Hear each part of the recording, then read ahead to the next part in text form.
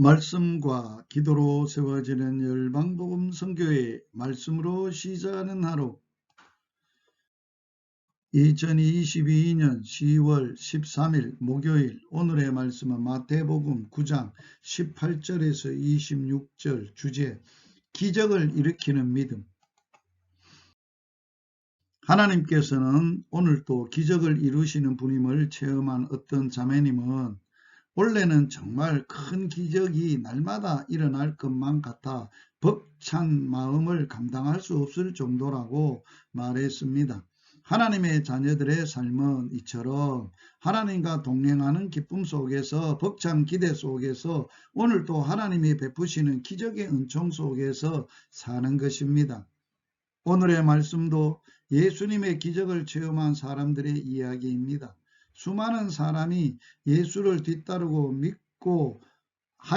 믿고자 하였지만 두 사람만이 예수님의 기적을 체험했습니다.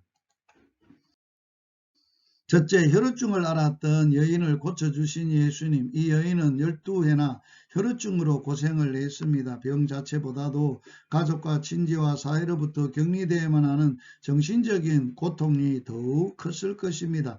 이런 고통 가운데 12년을 살다 보면 대개는 자포자기하거나 퇴인이 되어버리고 맙니다. 질병으로 오대 시달리는 자들은 대개 낫고자 하는 의욕상실증에 걸려 더욱 비참하게 됩니다. 그러나 이 여인은 포기하지 않았습니다. 어떻게 해서든지 낫고자 했습니다. 그리고 예수님의 거독가를 만지기만 해도 나을 거라고 믿었습니다.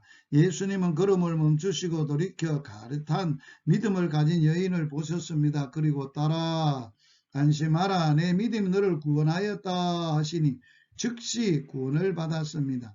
이런 믿음은 오늘도 기적을 일으킵니다. 어떤 고질병도 예수님께 가지고 나오면 나음을 받을 수 있습니다. 문제는 이 여인같이 낫고자 하는 간절한 소원이 있느냐는 것입니다. 많은 사람이 자신의 약점과 고질병을 알고 있으나 속마음은 낫고자 하는 소원이 없는 것을 볼 수 있습니다. 게으름과 무기력과 또 생각하기 싫어하는 고질병을 고쳐야 할 형제들도 많습니다.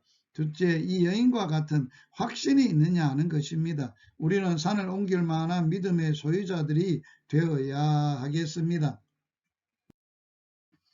회당장의 딸을 살려주신 예수님. 회당장은 유대인 중에서도 종교 지도자입니다. 그런 사람이 이단의 개수로서 위험한 인물로 여겨지는 예수님을 찾아왔다는 것은 보통 일이 아닙니다.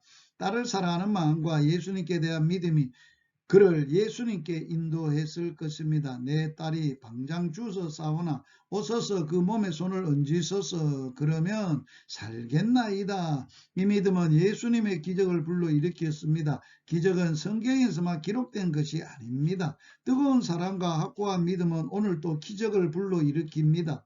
우리는 알량한 인간의 지식과 이성과 생각으로 하나님의 능력을 제한하는 일이 너무 많습니다. 그리스도인의 삶이란 항상 지적의 연속이어야 합니다.